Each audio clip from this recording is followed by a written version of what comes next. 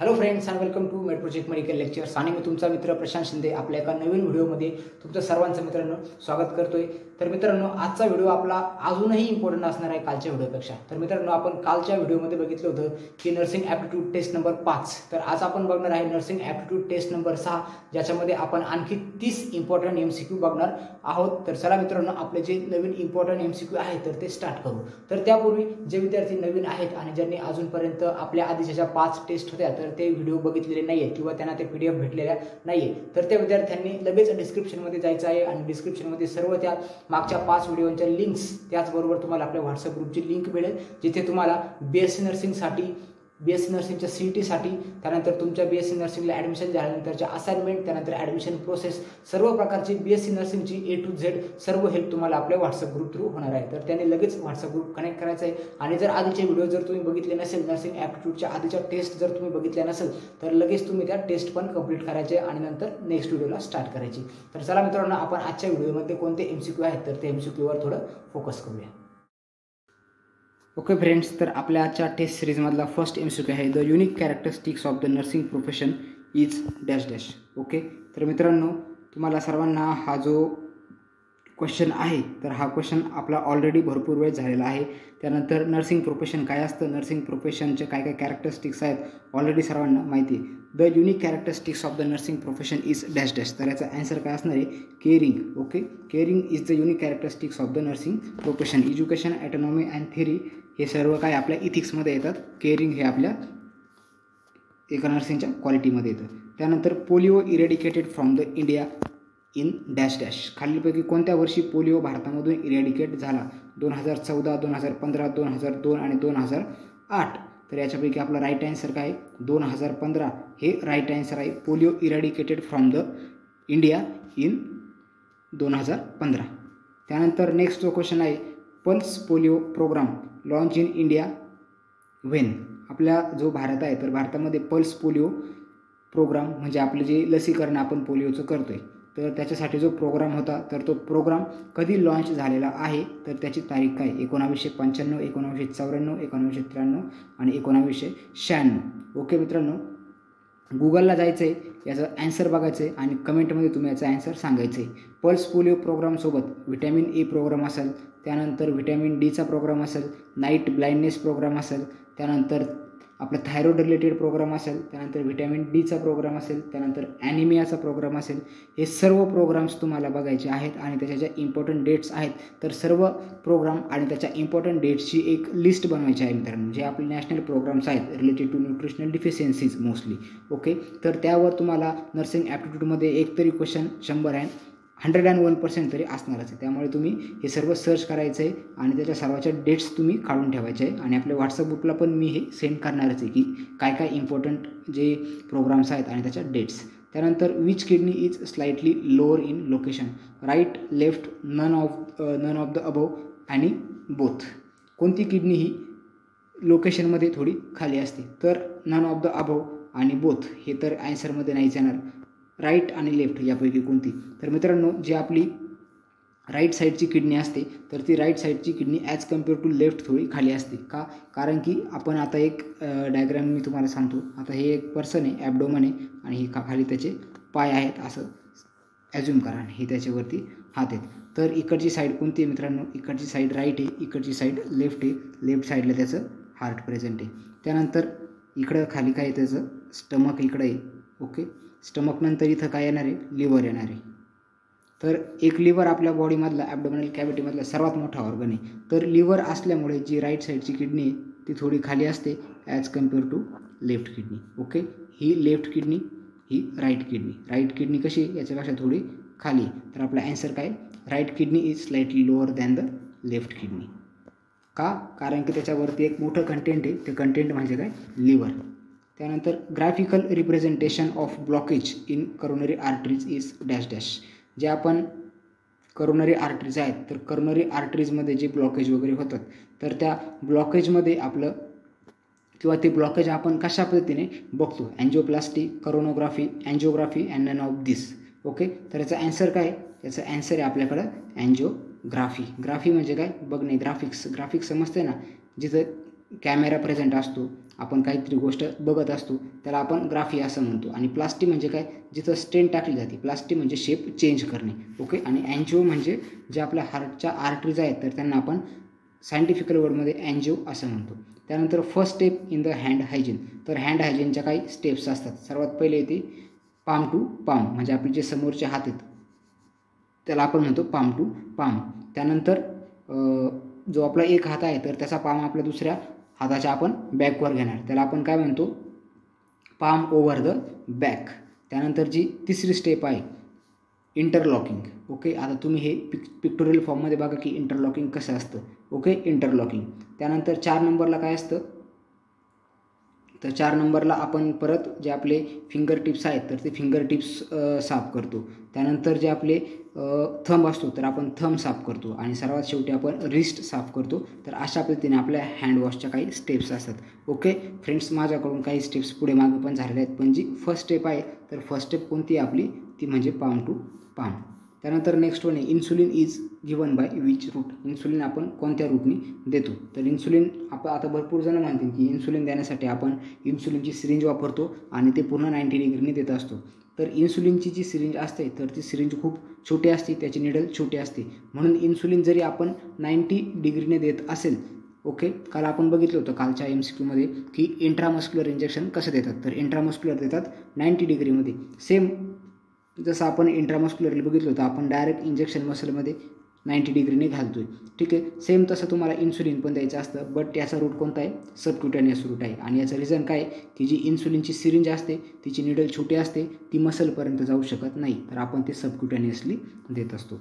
त्यानंतर first case of COVID-19 is found in which state. खालीलपैकी कोणत्या स्टेटमध्ये COVID-19ची पहिली केस ही आढळून आली होती. तर ॲन्सर काय, केरळ.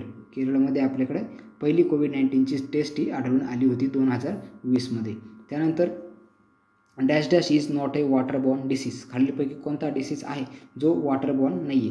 तर याचा ॲन्सर आहे आपलं ट्युबरक्युलोसिस. ट्युबरक्युलोसिस हा बॅक्टेरियल डिसीज आहे, तो एअरबॉर्न डिसीज आहे. ओके. एअरबॉर्न किंवा ड्रॉपलेटमध्ये तो येऊ शकतो. कोलेरा असेल, हेपॅटायटिस असेल ए.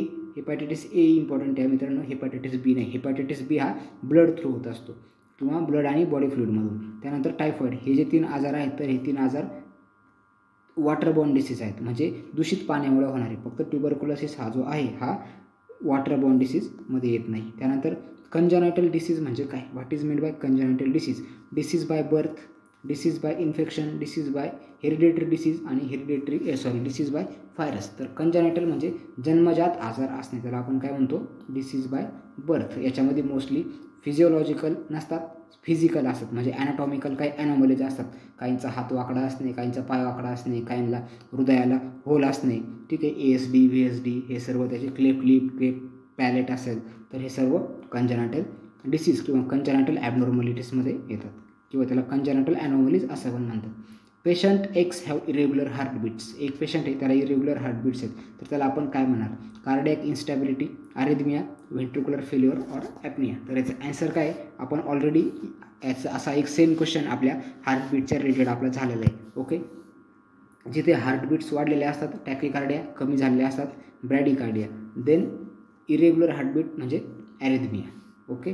त्यानंतर 12th नंबरचा क्वेश्चन आहे tetanus vaccine is given before surgery, which route is preferably use. Okay. एक पेशंटची सर्जरी करायची आहे, सर्जरीमध्ये इन्स्ट्रुमेंट यूज होणार आहे, इन्स्ट्रुमेंट थ्रू त्याला टिटॅनस होण्याची, आपण जे धनुर्वाद आहे तर त्याला धनुर्वाद होण्याची शक्यता आहे, तर त्यासाठी त्याला आपण टिटॅनस वॅक्सिन देतोय. तर टिटॅनस वॅक्सिन देण्याचा कोणता रूट हा इम्पॉर्टंट आहे, किंवा कोणत्या रूटने आपण टिटॅनस वॅक्सिन देतो. ओके. तर इंट्रामस्क्युलर हा जो रूट आहे, इंट्रामस्क्युलर रूटने आपण टिटॅनस वॅक्सिन देत असतो. मेनली आपण ग्लुटेस मॅक्झिमस मसलमध्ये देतो, कारण की खूप पेनफुल असते टिटॅनस वॅक्सिन. त्यानंतर myopia is a eye condition in which dash dash. Person able to see near things. जवळच्या गोष्टी दिसतात पण लांबच्या गोष्टी दिसत नाही. Person able to see far things. लांबच्या गोष्टी दिसत आहेत पण जवळची दिसत नाही. ब्लर व्हिजन होते आणि none of the this. Okay. तर 4 ऑप्शन आहे. मायोपिया म्हणजे काय, person able to see near objects. जवळच्या गोष्टी दिसत आहेत, लांबच्या गोष्टी दिसत नाही, म्हणजे काय, मायोपिया. त्यानंतर सेकंड काय, जवळच्या गोष्टी दिसत नाही आहे पण लांबच्या गोष्टी दिसत आहेत. ओके. तर याला आपण काय म्हणणार, person able to see far things, लांबच्या गोष्टी दिसत आहेत पण जवळच्या गोष्टी दिसत नाही, त्याला आपण काय म्हणणार, हायपरोपिया. त्यानंतर ब्लरी विजन, कॅटरॅक्टमध्ये काय होतं, ब्लरी विजन होतं. तर हे आईच्या रिलेटेड काही डिसीज कंडिशन्स. त्यानंतर नेक्स्ट आहे dash dash is the sign of infection. खालीलपैकी कोणतं ऑप्शन आहे जे साईन ऑफ इन्फेक्शन म्हणून यूज केलं जातं किंवा त्याला आपण साईन ऑफ इन्फेक्शन असं म्हणतो. High body temperature, increase platelets, irritability आणि जॉईंट पेन. ओके, तर फिवर हे जे आहे हे आपलं याचं ॲन्सर आहे. हाय बॉडी टेम्परेचर म्हणजे फिवर. ज्यावेळेस कुठलं पण इन्फेक्शन असतं तर बॉडीची इन्फ्लॅमेटरी प्रोसेस ही तिथं ॲक्टिवेट झालेली असते आणि इन्फ्लॅमेटरी प्रोसेसचं सर्वात पहिलं येणारं सिम्पटम किंवा साईन असेल तर ते म्हणजे high body temperature, fever. Okay, fever हा आजार नाही आहे, कुठल्या पण इन्फेक्शनमध्ये बॉडी स्वतःचं टेम्परेचर वाढवते. ओके, फिवर हा एक आपला इम्युनिटीचा प्रकार आहे ज्याच्यामध्ये बॉडी स्वतःचं टेम्परेचर वाढवत असते. त्यानंतर dash dash is the normal weight gain in pregnancy. प्रेग्नेन्सीमध्ये किती किलो वेट हे नॉर्मली गेन होत असतं, म्हणजे एका विमनचं किती वेट प्रेग्नेन्सीमध्ये वाढतं. तर त्याचा ॲन्सर किती येईल, 12 ते 15 kg. हे एक नॉर्मल किंवा ॲव्हरेज वेट आहे जे एका नॉर्मल विमनचं, अडल्ट विमनचं वाढत असतं, 12 ते 15. Okay, to dilate the blood vessels of heart by stent is dash dash. Okay, आपण फर्स्ट नंबरला क्वेश्चन बघितला होता की ज्याच्यामध्ये आपण जिथे ब्लॉकेज आहे तर ते आपण ग्राफी करतोय, त्याला आपण अँजिओग्राफी म्हणलो होतो. त्यानंतर नेक्स्ट वन काय, to dilate the blood vessels of heart by stent is known as angioplasty. Okay, angioplasty म्हणजे काय की ज्या आता याच्यामध्ये एक स्टेंट यूज केली जाते. ओके मित्रांनो, तर ही एक आर्टरी आहे, कोरोनरी आर्टरी, हिला इथं ब्लॉकेज आहे. ओके, ब्लॉकेज म्हणजे अल्टिमेटली असा इथून फ्लो चालला आहे तर ह्या पार्टला ब्लड फ्लो होणार आहे का नाही, होणार नाही. ओके, ह्या डिसीजला आपण काय म्हणतो, CAD म्हणजे काय, करोनरी आर्टरी डिसीज, किंवा याला दुसरा शब्द काय, ॲथ्रोस्क्लेरोसिस. ओके, किंवा आर्टेरिओस्क्लेरोसिस, हे असे त्याचे काही शब्द झाले. त्यानंतर नेक्स्ट आता आपण काय बघतोय, आता ही ब्लॉकेज इथं आहे, हे ब्लॉकेज आपल्याला समजलं आहे ग्राफीमुळे, म्हणजे त्याला आपण काय म्हणणार, अँजिओग्राफी. आता सेकंड वन आहे आपलं अँजिओप्लास्टी. तर अँजिओप्लास्टीमध्ये काय करणार आपण, एक लांब कॅथेटर असणार जे आपल्या फिमोरल आर्टरीमधून किंवा रॅडियल आर्टरीमधून जाणार आणि इथं आपण एक स्प्रिंगसारखी एक स्टेंट इथे टाकणार. ओके, ज्या ठिकाणी तुमचं ब्लॉकेज आहे तर त्याच्या साईडने आपण काय करणार, एक अशी स्प्रिंग टाकणार. या स्प्रिंगमुळे काय होईल की आर्टरी थोडी इथे डायलेट होईल. ओके, डायलेट झाल्यामुळं ब्लड फ्लो काय होईल, प्रॉपरली होईल. हे झालं, ही जी प्रोसेस आहे हिला आपण म्हणतो अँजिओप्लास्टी. आता अँजिओप्लास्टीमध्ये पण दोन टाईप असतात. फर्स्ट वन असते balloon angioplasty and second one असते स्टेंट अँजिओप्लास्टी. ओके, बलून अँजिओप्लास्टीमध्ये इथं ही जी स्टेंट आहे तर स्टेंटच्या ऐवजी एक बलून असतो, हा बलून फक्त इथं आणतात आणि फुगवतात. फुगवल्यामुळं काय होतं की इथले थोडी डायमीटर आर्टरीची वाढते आणि बलून परत ॲज इट इज रिमूव्ह केला जातो. ओके, त्याला म्हणतात बलून अँजिओप्लास्टी आणि ही जी आहे स्टेंट अँजिओप्लास्टी. त्यानंतर इथं बाकीचे ऑप्शन काय, CABG पण आहे. CABG पण इम्पॉर्टंट आहे. CABG म्हणजे काय, coronary artery bypass grafting. Coronary artery bypass grafting म्हणजे काय की आता ही एक आर्टरी आहे आणि ही या पर्टिक्युलर इथं हा जो पार्ट आहे ह्या पार्टला इथं सप्लाय करते. ओके, ह्या आर्टरीमध्ये इथे काय झालं आहे, ब्लॉकेज झाले आणि ब्लॉकेज खूप मोठं आहे. हे ब्लॉकेज स्टेंटनी किंवा अँजिओप्लास्टीने जाणार नाही आहे. मग काय करणार की एक आर्टिफिशियल किंवा बॉडीची दुसऱ्या एका ठिकाणावरून आपण एक आर्टरी काढणार आणि ती आर्टरी आपण इथे जॉईन करणार. म्हणजे ही जी नवीन आर्टरी हा काय झाला, बायपास झाला. ठीक आहे, म्हणून आपण त्याला काय म्हणतो, coronary artery bypass grafting. Grafting म्हणजे ग्राफ्ट करणे, चिटकवणे. बायपास म्हणजे काय करणे, बायपास म्हणजे नवीन वे तयार करणे. आर्टरी म्हणजे काय, इथे एक आर्टरी आपण लावतोय आणि करोनरी म्हणजे काय, करोनरी जी हार्टची आर्टरी असते तिला आपण करोनरी म्हणतो. म्हणून CABG coronary artery bypass grafting. याच्यावर पण MCQ तुम्हाला विचारला जाऊ शकतो. ओके, इथं जरी ह्या ऑप्शनमध्ये असेल तरी CABGवर एक स्पेशल MCQ तयार होऊ शकतो. त्यानंतर a specialise protective covering around the lungs is known as. कालच्या याच्यामध्ये आपण बघितलं होतं, कालच्या टेस्ट सिरीजमध्ये, की ब्रेनच्या अराउंड जे कवरिंग असते तिला आपण काय म्हणतो. ओके, तर त्या कवरिंगला आपण काय म्हणतो, ब्रेनच्या अराउंड जे कवरिंग असते तिला आपण म्हणतोय मेनिंजिस. आणि जे लंग्सच्या अराउंड आहे त्याला आपण काय म्हणणार, प्लुरा. प्लुराचे परत 2 लेअर येतात, एक असतो व्हिसरल प्लुरा, एक असतो पॅरायटल प्लुरा. त्यानंतर नेक्स्ट वन आहे what is the dash dash is the organ that temporarily store the food. खालीलपैकी कोणतं ऑर्गन हे टेम्परली फूड स्टोअर करतं, इंटेस्टाईन करतात, स्टमक करतं, लिव्हर करतं की ब्रेन करतं. त्याचा ॲन्सर काय, स्टमक. स्टमक हे टेम्पररी फक्त फूड स्टोअर करतं आणि पुढे इंटेस्टाईनकडून पास करून देतं. इंटेस्टाईन मग त्याचं ॲब्झॉर्प्शन आणि डायजेशन प्रोसेसमध्ये हेल्प करतात. त्याच्यानंतर which part of GIT help in the absorption of water. Stomach, large intestine, small intestine, none of this. Okay, तर इथं इम्पॉर्टंट जे 2 ऑप्शन आहेत ते म्हणजे इंटेस्टाईन्स. ओके, आता स्टमक हे स्टोअर करतं हे तुम्हाला समजले, म्हणजे हा तर ऑलरेडीच कट झालं आहे. नन ऑफ द अबो ठीक आहे, हा पण कटच जास्त काय. आता राहिलं लार्ज इंटेस्टाईन आणि स्मॉल इंटेस्टाईन. तर जे स्मॉल इंटेस्टाईन असतात, स्मॉल इंटेस्टाईनला व्हिलाईज असतात, हे मेनली न्यूट्रियंट्स ॲब्झॉर्ब करतात.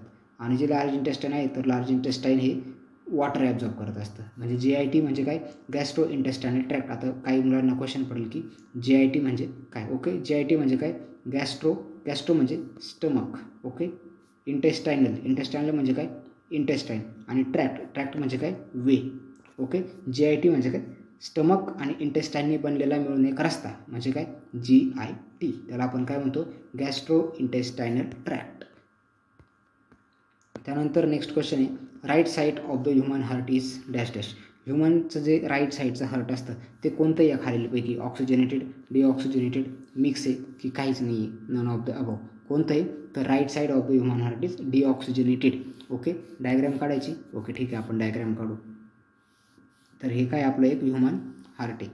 ओके, ह्युमन हार्टचे इथं 2 पार्ट पडतात. इकडच्या साईडचा येतो राईट साईड, इकडचा येतो आपला लेफ्ट साईड. तर आता जे राईट साईड आहे इकडं काय, राईट ॲट्रियम, राईट व्हेंट्रिकल, त्यानंतर लेफ्ट ॲट्रियम आणि लेफ्ट व्हेंट्रिकल.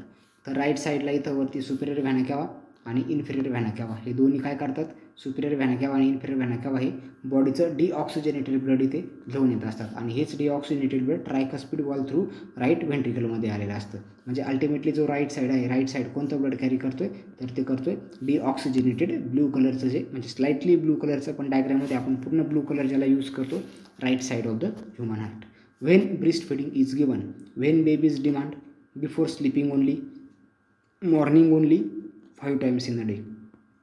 तर आपण कधी देणार, भरपूर जणांचे ते छोटे बाळ असतील, कधी कधी आपण फिडिंग देतो, झोपायच्या पहिले देतो, मॉर्निंगला पण देतो, दिवसातून 5 वेळेस तर देतोच. व्हेन बेबीज डिमांड, तर याचं राईट आन्सर काय येईल, सर्व वस्तू तुम्हाला राईट वाटतात. When breast feeding is given, जर आपण पिडियाट्रिकच्या बुकमध्ये जर वाचलं तर त्याचा ॲन्सर काय येईल, व्हेन बेबीज डिमांड. ओके, दिवसातून 5 वेळेसच द्यायचं, 2-2 तासांनीच द्यायचं, 1 वाजता दिल्यानंतर 3 वाजता द्यायचं. असं जसं आपण गोळ्यांचा टाईम असतो तसा ब्रेस्ट फिडिंगचा टाईम नसतो. ज्यावेळेस बेबी रडायला लागल आणि आईला वाटतं की याला भूक लागली, हा दूध पिल्याने शांत होईल, म्हणजे ज्यावेळेस बेबी डिमांड करेल तर त्याच्या डिमांडला त्याला ब्रेस्ट फिडिंग केली पाहिजे. हा एक प्रॉपर युनिव्हर्सल रूल आहे. त्यानंतर which method is use to locate the blockage in coronary arteries. Again हा क्वेश्चन रिपीट झाला आहे फ्रेंड्स, फर्स्टला पण बघितला होता आपण, त्याचा आन्सर काय, अँजिओग्राफी. त्यानंतर MTP is known as Maharashtra traffic police. Medical time of practice, medical termination of pregnancy, none of this. तर याचा लॉंग फॉर्म काय, मेडिकल टर्मिनेशन ऑफ प्रेग्नेन्सी म्हणजे लिगली ॲबॉर्शन करणे, त्याला आपण म्हणतो MTP म्हणजे medical termination of pregnancy. Pregnancy म्हणजे जिथे बाई गरोदर आहे, टर्मिनेशन म्हणजे टर्मिनेट करणे, टू स्टॉप, प्रेग्नेन्सीला स्टॉप करणे बाय मेडिकली. ओके, लिगल पद्धतीने प्रेग्नेन्सीला स्टॉप करणे, त्याला आपण काय म्हणतो, MTP म्हणजे medical termination of pregnancy. Dash dash is most common metabolic disease. खालीलपैकी कोणता डिसीज हा मेटाबॉलिक आहे आणि तो मेटाबॉलिकच्या सोबत कॉमन पण आहे. Okay, diabetes, obesity, hypocalcaemia, heart disease. Okay, heart disease जे आहे, आता इथं हायपोकॅल्शिमिया. ओके, हायपोकॅल्शिमिया काय एवढं जास्त कॉमन नाही आहे. कॉमन काय, ओबेसिटी आहे, डायबिटीज आहे आणि हार्ट डिसीज आहे. आता ह्या 3पैकी जर आपण अजून जर कॉमनली जर बघितलं तर काय येईल, हार्ट डिसीज कॅन्सल होईल. हार्ट डिसीज प्रत्येक फॅमिलीमध्येच असेल असं काय नसतं. ओबेसिटी, डायबिटीज प्रत्येक फॅमिलीमध्ये. ओके, ओबेसिटीला पण भरपूर सर्व ट्रीटमेंट आपण घेऊ शकतो, बट डायबिटीज आहे, डायबिटीजला किती पण ट्रीटमेंट केली तरी पण डायबिटीज प्रॉपरली ट्रीट होत नाही. आणि ॲज कम्पेअर टू ओबेसिटी, डायबिटीजचे पेशंट कसे असतात ते जास्त असतात. त्यानंतर आता नेक्स्ट क्वेश्चन आहे 25 नंबरचा, which hormone is related to the dwarfism. Okay, हे सर्वांना माहीत असेल, बायोलॉजी सर्वजण शिकलेत. ओके, तर growth hormone is related to the dwarfism. Growth hormone ज्यावेळेस डिफिशियन्सी होईल डॉर्फिझम होईल, ग्रोथ हॉर्मोन जास्त झाला क्रिनिटिझम होईल. त्यानंतर ACTH म्हणजे काय, इथं चुकलं आहे मित्रांनो, टायपिंग मिस्टेक झाली, इथं ACST नाही आहे, इथं काय ACTH. ACTH म्हणजे काय, ॲड्रिनोकॉर्टिकोट्रॉपिक हॉर्मोन. त्यानंतर ऑक्सिटोसिन सर्वांना माहिती आहे, प्रोलॅक्टिन सर्वांना माहिती आहे. आपण सर्व हॉर्मोन्स हे बघितलेले आहेत. प्रोलॅक्टिन काय, तर प्रोलॅक्टिन हॉर्मोन हा आपला मिल्क मेकिंग किंवा मिल्क मॅन्युफॅक्चर करणारा हॉर्मोन आहे. त्यानंतर नेक्स्ट आहे ऑक्सिटोसिन हा आपला कोणता हॉर्मोन आहे, तर हा मिल्क इजेक्टिंग, ब्रेस्टमधून मिल्क बाहेर पाडण्यासाठी आपण ऑक्सिटोसिन हॉर्मोन हा यूज होतो. त्यानंतर ACTH हे काय स्टिरॉइडल हॉर्मोन आहे, ॲड्रेनोकॉर्टिकोट्रोपिक हॉर्मोन. फाईट आणि फ्लाईट मोडमध्ये किंवा फाईट अँड फ्लाईट रिस्पॉन्समध्ये हा ACTH मेनली यूज होतो. आणि ग्रोथ हॉर्मोन हा रिलेटेड टू आपल्या बॉडीच्या ॲनाटॉमिकल ग्रोथवर डिपेंड असतो, किंवा ग्रोथ आपली जी बॉडीची ग्रोथ आहे तर ती GHवर डिपेंड असते, म्हणजे growth hormone. Dash is required for synthesis of haemoglobin, folic acid, iron, calcium आणि कार्बोहायड्रेट. तर हिमोग्लोबिन जे आहे, तर हिमोग्लोबिनमध्ये आता इथं जर बघितलं तर हिमोग्लोबिनचे किती पार्ट्स आहेत मित्रांनो, 2 पार्ट आहे. एक आहे हिम, दुसरं काय आहे ग्लोबिन. Okay, haemoglobin. आता ग्लोबिन म्हणजे काय, ग्लोबिन म्हणजे येतं आपलं प्रोटीन, आणि हिम म्हणजे काय येतं, हिम म्हणजे येतं हिम आयर्न. ओके, तुम्हाला याच्यामध्ये आयर्न दिसतंय का, B नंबरला आन्सर आहे आपलं आयर्न. तर हिमोग्लोबिनच्या सिंथेसिससाठी 2 गोष्टी लागतात, एक लागतं प्रोटीन म्हणजे अमायनो ॲसिड्स, आणि दुसरं लागतं आयर्न. तर याचं ॲन्सर काय येईल आपलं आयर्न, हे ॲन्सर येईल सेकंड. त्यानंतर फोलिक ॲसिड हे आपण काल बघितलं होतं, फोलिक ॲसिडचा यूज काय असतो. ओके, एका प्रेग्नंट वुमनमध्ये जर तिचं बेबी फॉर्म होत असतो तर बेबीचा CNSची डेव्हलपमेंट, ओके, ब्रेन आणि स्पायनल कॉर्डच्या डेव्हलपमेंटसाठी फोलिक ॲसिड लागत असतं. त्यानंतर नेक्स्ट वन कॅल्शियमचा यूज काय, तर आपले बोन्सला मजबूत बनवण्यासाठी लागतं कॅल्शियम. त्यानंतर मसल कॉन्ट्रॅक्शनसाठी लागतं, आणि एक इलेक्ट्रिकल म्हणून जो इलेक्ट्रिकल वे असतो आपल्या बॉडीमध्ये, जे सर्व इम्पल्सेस वगैरे ट्रान्समिट होतात, तर त्या सर्वासाठी कॅल्शियम लागत असतं. एक इलेक्ट्रिक करंट जनरेट करणारा कॅल्शियम आहे. त्यानंतर कार्बोहायड्रेट हा basic source of energy. Which cells make the myelin sheath. Okay, आता भरपूर विद्यार्थ्यांना पहिले क्वेश्चन असेल की सर मायलिन शीथ काय. ओके, डोंट वरी, समजून सांगतो मी. आपण बघितली होती 9 सेल. ओके, सेल बॉडी, ॲक्झॉनवर ही असते आपली मायलिन शीथ. ओके, ही अशी एक कवरिंग असते, त्या कवरिंगला आपण काय म्हणतो, मायलिन शीथ. ओके, मायलिन शीथच्यामध्ये इथं प्रत्येक याच्यामध्ये एक नोड आहे, त्याला आपण काय म्हणतो, ह्या नोडवर पण क्वेश्चन येतो, त्याला आपण म्हणतो node of Ranvier. Okay, RANVIER, node of Ranvier. आता ह्या जे मायलिन शीथ आहे, ओके मित्रांनो, ही जी मायलिन शीथ आहे, तरी मायलिन शीथ कोणत्या सेल्सनी बनलेली, तरी मायलिन शीथचा कलर पण कधी विचारू शकतात. तरी मायलिन शीथ कोणती, व्हाईट इन कलर आहे. ओके, व्हाईट कलरमध्ये असते, ॲज अ इन्सुलेटर वर्क करते, आणि जे आपलं नर्व ट्रान्समिशन असतं किंवा इम्पल्स ट्रान्समिशन असतं तर ते फास्ट होण्यासाठी ही जी मायलिन शीथ आहे तर तिचा यूज होतो. साल्टेटरी कंडक्शन एक प्रोसेस आहे ज्याच्यावरून नर्व इम्पल्सेस हे डायरेक्ट एका नोड ऑफ रॅनिवरवरून दुसऱ्या नोड ऑफ रॅनिवरवर जम्प होतात, जेणेकरून नर्व कंडक्शन हे फास्ट होतं. ओके, तर ही व्हाईट कलरची असते मायलिन शीथ, आणि मायलिन शीथ कोणत्या सेल्सनी बनते, chemoreceptors, white blood cell, small cell आणि श्वान सेल. तर याचा ॲन्सर आहे मित्रांनो श्वान सेल. व्हाईट आहे म्हणून लगेच व्हाईट ब्लड सेलने बनते असं नाही आहे, त्याचा ॲन्सर काय, एक स्पेसिफिक नाव आहे त्याला, ते म्हणजे Schwann cells. Which of the following is not included on admission of patient.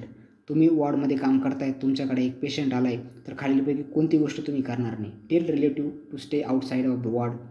पेशंटला आपण वॉर्डमध्ये घेणार आणि रिलेटिव्हला सांगायचं की तुम्ही बाहेर थांबा, हे करणार का, नाही.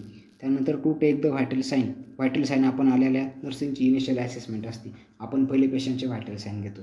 त्यानंतर इमर्जन्सी आणि स्टॅट मेडिकेशन जे असतात, ठीक आहे, जे डॉक्टरांनी मेडिसिन प्रिस्क्राईब केले ते मेडिसिन आपण देणार. ओके, ते मेडिसिन आपण लगेच देणारच.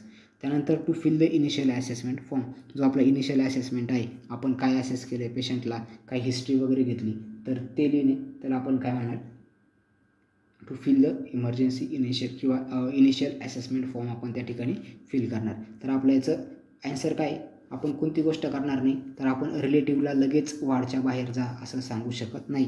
ICU असेल, जर इमर्जन्सी असेल तर त्याच कंडिशनमध्ये आपण रिलेटिव्हजला फक्त बाहेर थांबण्यासाठी ठेवतो.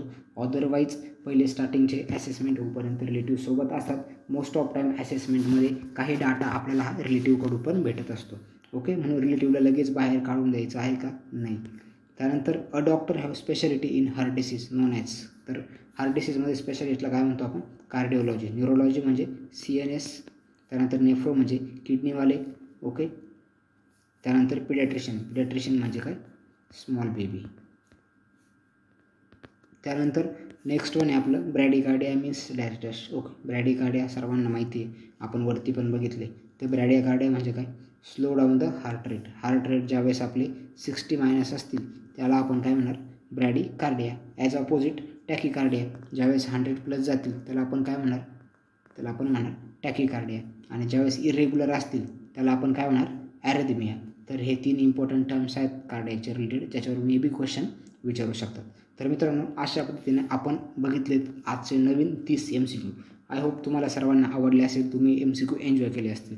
तर मित्रांनो, व्हिडिओ जर आवडला असेल तर व्हिडिओला एक लाईक करा आणि चॅनलला सबस्क्राईब करून ठेवा. कारण की जे ॲडमिशन प्रोसेस आहे, नर्सिंग CET त्यानंतर ॲडमिशन प्रोसेसबद्दल सर्व इन्फॉर्मेशन तुम्हाला, सर्व माहिती फ्री ऑफ कॉस्ट तुम्हाला आपल्या चॅनल थ्रू मिळणार आहे. ओके, तुम्हाला कुठे पेड काउन्सिलिंग घेण्याची गरज नाही, काहीच करण्याची गरज नाही. सर्व ज्या गोष्टी आहेत फ्री ऑफ कॉस्ट होणार आहेत. मागच्या पण वर्षी भरपूर विद्यार्थ्यांना कॉलेज मिळवून देण्यामध्ये पर्सनली मी हेल्प केलेली आहे. यावर्षी पण आपण हेल्प दुप्पट करू, जास्त विद्यार्थ्यांना कनेक्ट करण्याचा प्रयत्न करू. तर मित्रांनो, थँक्यू व्हिडिओ बघितल्याबद्दल.